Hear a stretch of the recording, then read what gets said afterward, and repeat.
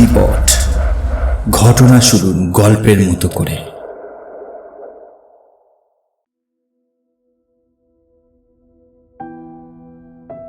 Viewers, আজকে আবার চলে এলাম স্মৃতিপটের ৬৮তম এপিসোড নিয়ে। আমি সুশোভন।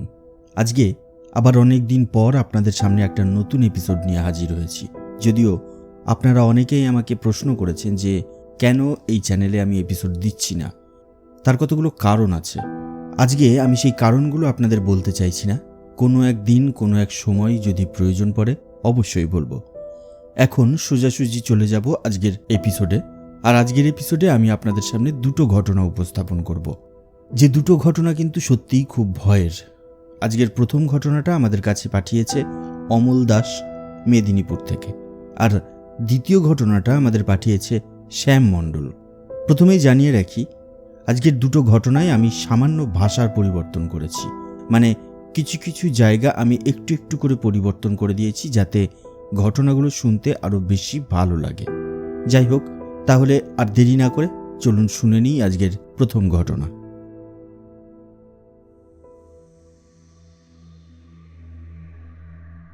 আমার নাম অমল দাস। আমার বাড়ি মেদিনীপুরের এক গ্রামে। জায়গাটা খুবই ছোট, কিন্তু এখানে ঘর বাড়ি প্রচুর। আর এই গ্রামে আছে একটি শ্মশান আর একটি কবরস্থান। শ্মশান আর কবরস্থানের মাঝে আছে একটা ছোট পুকুর। দাদা, আজ আমি তোমাকে যে ঘটনা বলবো তা এই পুকুরকে কেন্দ্র করেই। ঘটনাটা বেশ কয়েক বছর আগেকার ঘটনা। আমি ঘটনাটা শুনেছিলাম আমার ঠাকুমার কাছে। ঘটনাটা ঘটেছিল আমার ছোট কাকার সাথে। সময়টা ছিল শীতকাল।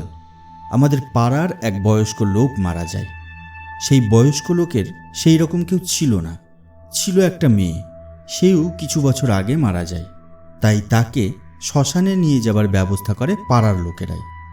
প্রথমে ঠিক হয় যে শীতের রাতে শ্মশানে না গিয়ে ভোরের দিকে দাহ করতে যাওয়া হবে, কিন্তু ওই বয়স্ক লোক ছিল অসুস্থ আর বিছানায় শুয়ে শুয়ে বেডশুলো হয়ে গিয়েছিল। তাছাড়া মরার কাছে কাউকে সারা রাত তো থাকতে হবে, সে দায়িত্বই বা কে নেবে? তাই ঠিক হয় রাতের বেলাতেই দাহ করতে যাওয়া হবে। সেই মতো পাড়ার লোকের সমস্ত জোগাড়জান্তি করে বেরিয়ে পড়ে দাহ করার জন্য।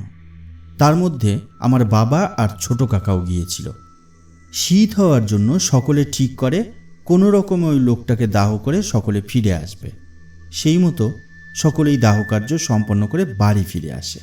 আর ওই যে গুড় ছোলা মুখে দেওয়া আর আগুন ছোঁয়ার যে নিয়ম, সেটার ব্যবস্থা করা হয়েছিল আমাদের বাড়িতেই। তাই সকলেই আমাদের বাড়ি ঘুরে তারপর বাড়ি যাই। কিন্তু হঠাৎই ঠাকুমা খেয়াল করে আমার ছোট কাকাকে দেখা যাচ্ছে না। সে কথা ঠাকুমা সকলকে জানালে তখনই খোঁজাখুঁজি শুরু হয়ে যায়, কিন্তু কোথাও ছোট কাকাকে খুঁজে পাওয়া যায় না। তখন আমার বাবা ঠিক করে যে আবার শ্মশানে গিয়ে খোঁজাখুঁজি করতে হবে। কিন্তু অত শীতের রাতে কেউই আর বাবার সঙ্গে যেতে রাজি হচ্ছিল না। অন্যদিকে আমার ঠাকুমাও কান্নাকাটি শুরু করে দিয়েছিল। তাই আমার বাবা আর বাবার কয়েকজন বন্ধু মিলে শ্মশানে যায় ছোট কাকাকে খুঁজতে। অনেক খোঁজাখুঁজি করার পর তারা দেখে পুকুরের অপর পাশে, মানে কবরস্থানের কাছে, কেউ একজন বসে আছে।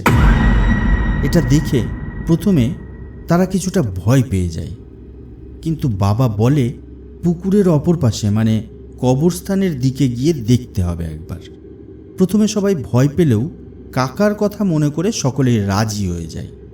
তখন সকলে মিলে ওই জায়গায় গিয়ে দেখে একটা খেজুর গাছের তলায় আমার কাকা গুটিসুটি মেরে বসে আছে। বাবা কাকার নাম ধরে ডাকতেই কাকা যেন হঠাৎ চমকে ওঠে আর বাবার দিকে একটা শূন্য দৃষ্টিতে তাকিয়ে থাকে। এরপর বাবা যখন কাকাকে জিজ্ঞাসা করে যে, এই এখানে কি করছিস? তখন কাকা বলে, চুপ, ও আমাকে ধরে ফেলবে, আমি তো লুকোচুরি খেলছি। এটা শুনে তো সেখানে উপস্থিত সকলেই বেশ অবাক হয়ে যায়। তারা কাকাকে বলে বাড়ি ফিরে যেতে, কিন্তু কাকা তাতে কিছুতেই রাজি হয় না। ফলে কিছুটা জোর করেই তারা কাকাকে বাড়ি ফিরিয়ে নিয়ে আসে।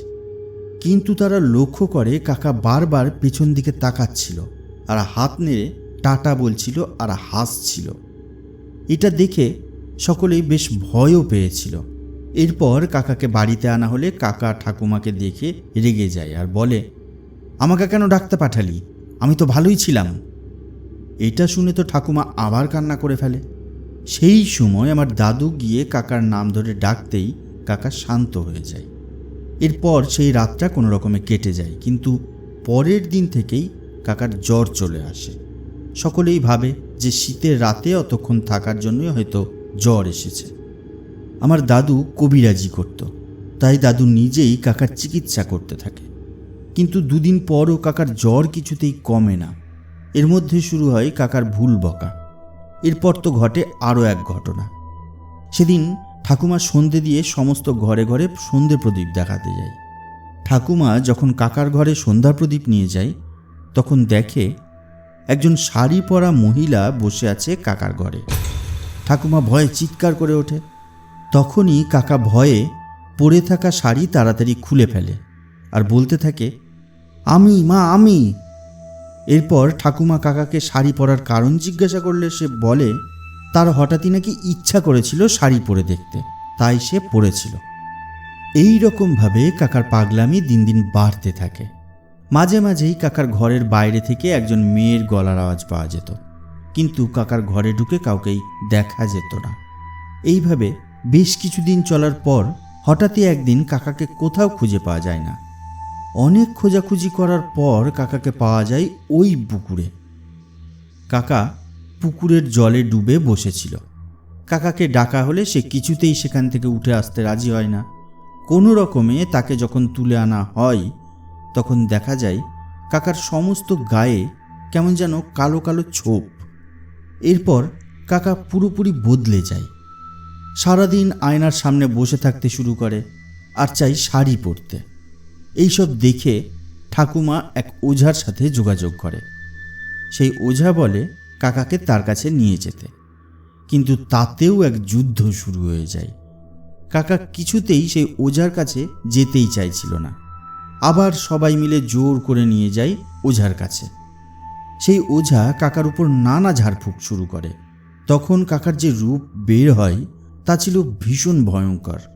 কাকা একটা মেয়ের গলায় বলে ওঠে, আমি ওকে ছাড়ব না, ও আমাকে কথা দিয়ে কথা রাখেনি কেন? কিন্তু ওঝাও ছিল খুব কড়া। সে নানা মন্ত্র পড়ে আর নানা ক্রিয়াকলাপ করে কাকার গায়ে কিছু ছাই ছুটতে থাকে। এইভাবে কিছুক্ষণ চলার পর কাকা হঠাৎই জ্ঞান হারায়। এরপর কাকার যখন জ্ঞান ফেরে, কাকা তখন প্রায় সবই ভুলে গেছে। এরপর জানা যায় যে আত্মা কাকার উপর ভর করেছিল সেটা ছিল ওই বয়স্ক লোকটার মেয়ে, যে কিছু বছর আগে মারা গিয়েছিল, কিন্তু কোনো কারণে তার আত্মার মুক্তি হয়নি। আরও একটা ব্যাপার ছিল, তা হলো আমার কাকার সাথে ওই মেয়েটার হয়তো কোনো সম্পর্ক ছিল, কিন্তু পরে তা টেকেনি। তাই সেদিন কাকাকে শ্মশানে পেয়ে তার উপর প্রতিশোধ নেওয়ার জন্যই ওই আত্মা কাকার উপর ভর করেছিল। যাই হোক, কাকা এরপর সুস্থ হয়ে যায় এবং তারপর বিয়ে করে চুটিয়ে সংসার করতে থাকে।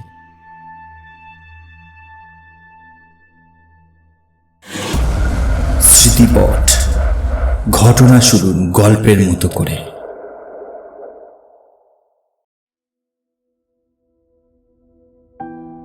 প্রথমেই ধন্যবাদ জানাই অমলকে এত সুন্দর একটা ঘটনা আমাদের সমস্ত শ্রোতা বন্ধুদেরকে উপহার দেওয়ার জন্য। এরপর বলি যে দেখুন, এরকম ঘটনা আমরা মাঝে মধ্যেই শুনে থাকি, যেখানে শ্মশান বা গৌরস্থান, মানে যেগুলোকে কবরস্থান বলা হয়, এরকম জায়গায় অনেকেই ভয় পেয়েছে বা অনেকের সঙ্গে এমন কিছু ঘটেছে যেগুলো সত্যিই ভয়ানক। তবে আপনি ঘটনার শেষে একটা কথা বলেছেন, যে মারা গেছিল তার মেয়ের সঙ্গে আপনার ছোট কাকুর কোনো সম্পর্ক ছিল। এটাও কিন্তু একটা কারণ হতে পারে। তবে যাই হোক, আপনার ঘটনাটা আমার কাছে বেশ ভয়ের বলেই মনে হয়েছে।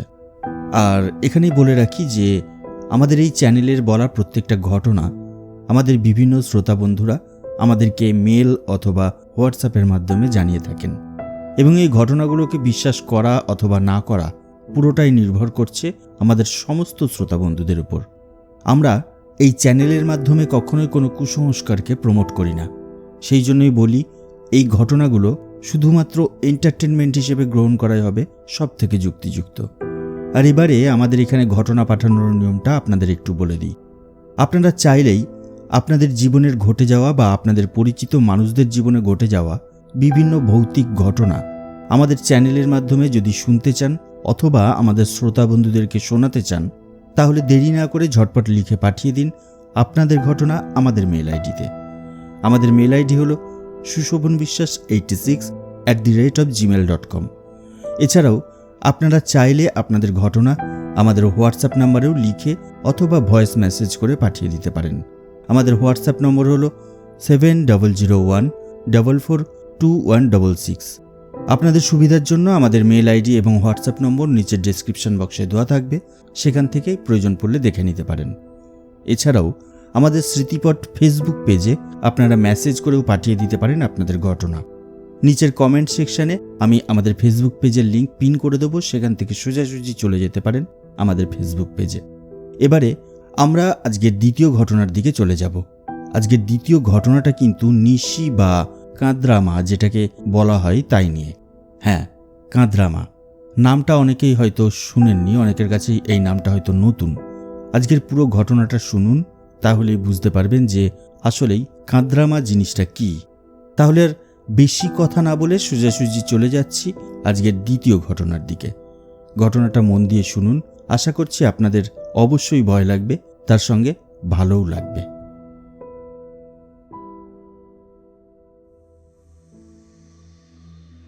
দাদা, আমি শ্যাম। আমার পুরো নাম হলো শ্যাম মণ্ডল। আমার একটা ছোট স্টেশনারি দোকান আছে। দোকানটা আমাদের বাজারে, আর বাজার আমার বাড়ি থেকে অনেকটাই দূরে। আমি প্রতিদিন সকালবেলা দোকানে যাই, দুপুরবেলায় বাড়ি আসি, আবার বিকালে দোকান খুলি, আর রাত প্রায় 10টা নাগাদ দোকান থেকে বাড়ি আসি। আসলে আমি ইচ্ছা করলে আরও তাড়াতাড়ি বাড়ি চলে আসতে পারি, কিন্তু সন্ধ্যে 7:30 নাগাদ আমার 2জন বন্ধু আমার দোকানে আসে। এরপর আমরা 3জন বন্ধু প্রতিদিন দোকানে বসেই একটু আড্ডা দিই, তারপর দোকান বন্ধ করি।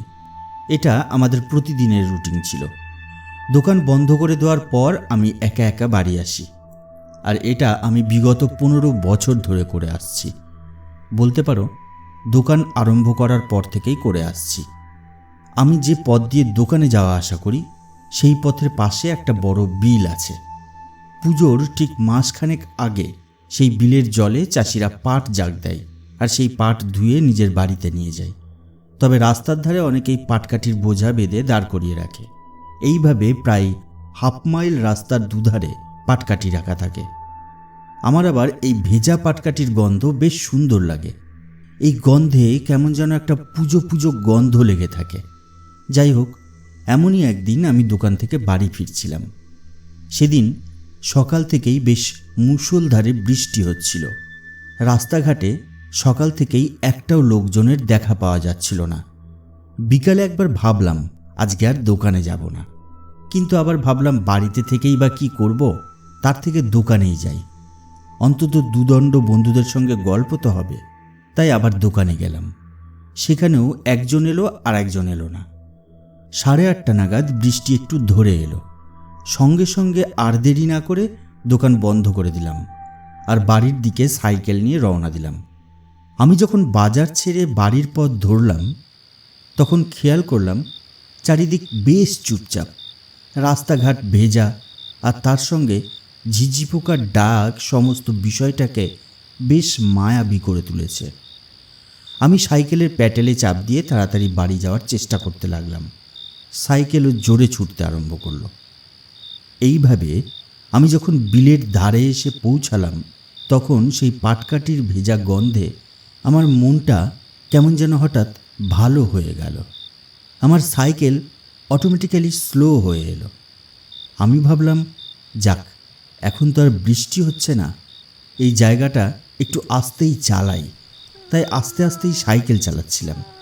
হঠাৎ খেয়াল করলাম এই অন্ধকারের মধ্যে সেই বিলের ধারে একটা মহিলা বসে বসে বেশ জোরে ইনিয়ে বিনিয়ে করুণ সুরে কেঁদে চলেছে।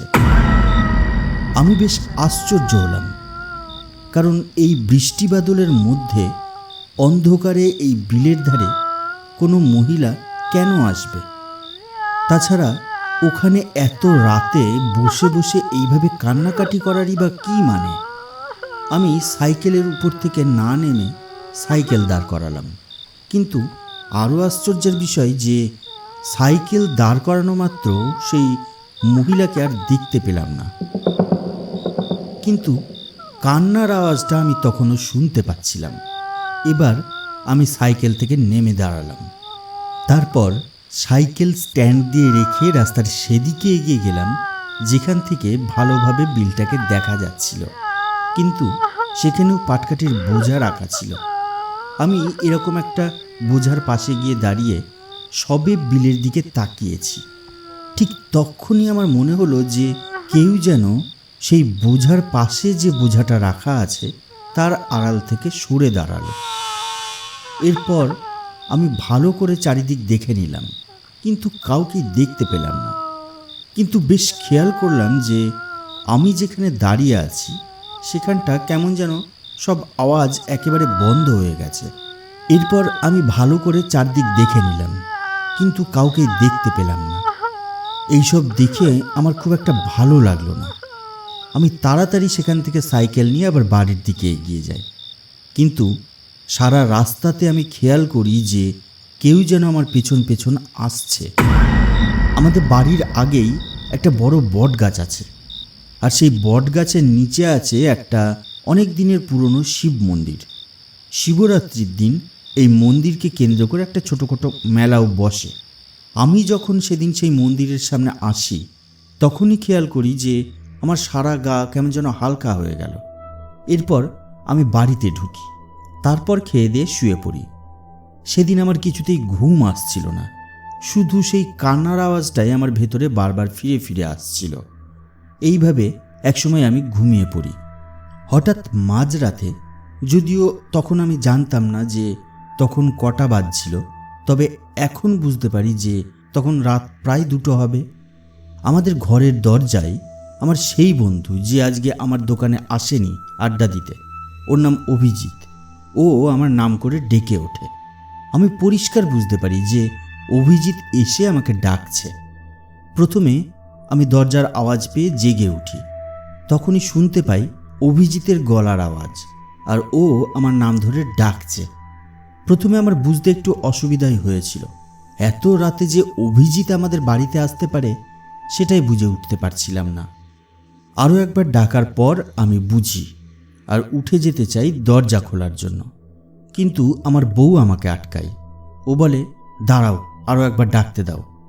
আমি বেশ বিরক্ত হই, কিন্তু তবু বউয়ের কথা শুনে খানিক শান্ত হয়ে বসে থাকি। তারপর আরও একবার দরজায় আওয়াজ হয়। এবারে আমি বিছানা ছেড়ে উঠে যাই। আমার সঙ্গে আমার বউও বিছানা ছেড়ে এগিয়ে যাই দরজার কাছে। আমি গিয়ে দরজা খুলতেই একটা ঠান্ডা হাওয়া আমাদের ঘরের মধ্যে ঠেলে ঢুকে যায়, কিন্তু কাউকেই আমরা বাইরে দেখতে পাইনি সেদিন। এরপর আমরা আবার ঘরের দরজা আটকে ভেতরে ঢুকে যাই। সেদিন এরপর আর কিছুই হয়নি। পরের দিন আমার দোকানে যখন অভিজিৎ আসলো তখন আমি ওকে সব বলি, আর অভিজিৎ বলে যে কালকেও নাকি সারাদিন বাড়ি থেকেই বেরোয়নি। আমি আর বেশি কথা বাড়াইনি। এরপর থেকে আমি যখনই সেই বিলের ধারে গেছি তখনই যেন আমার মনে হয়েছে যে কেউ একজন আমার পিছন পিছন আসছে।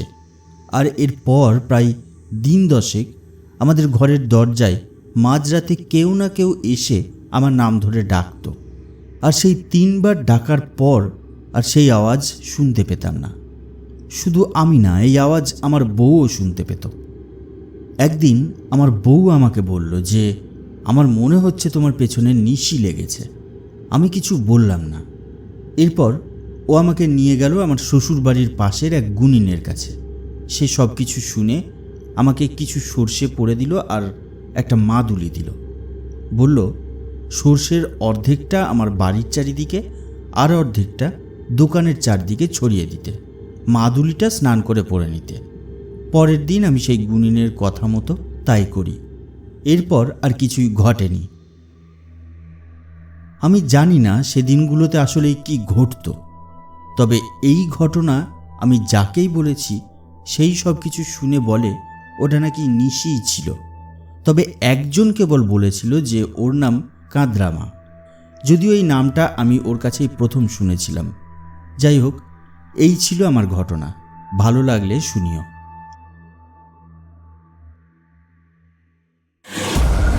স্মৃতিপট, ঘটনা শুনুন গল্পের মতো করে।